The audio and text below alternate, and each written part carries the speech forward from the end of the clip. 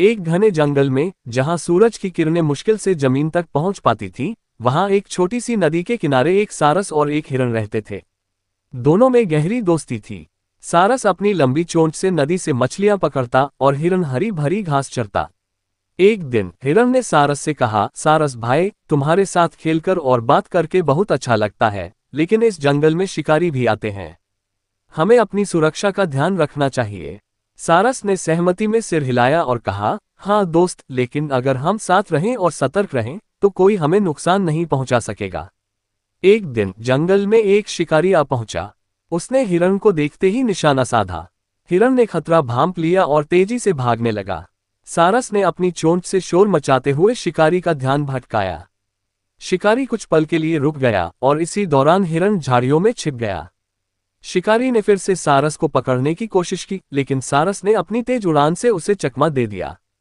अंत में शिकारी थककर वापस चला गया।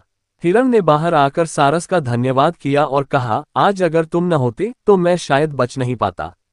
सारस मुस्कुराते हुए बोला, दोस्तों का काम ही एक दूसरे की मदद करना है। उस दिन के बाद दोनों ने अपनी दोस्ती और मजबूत कर ली और हमेशा एक दूसरे का ख्याल रखने लगे। सीख: सच्ची दोस्ती में हमेशा एक दूसरे की मदद और सुरक्षा का भाव होता है।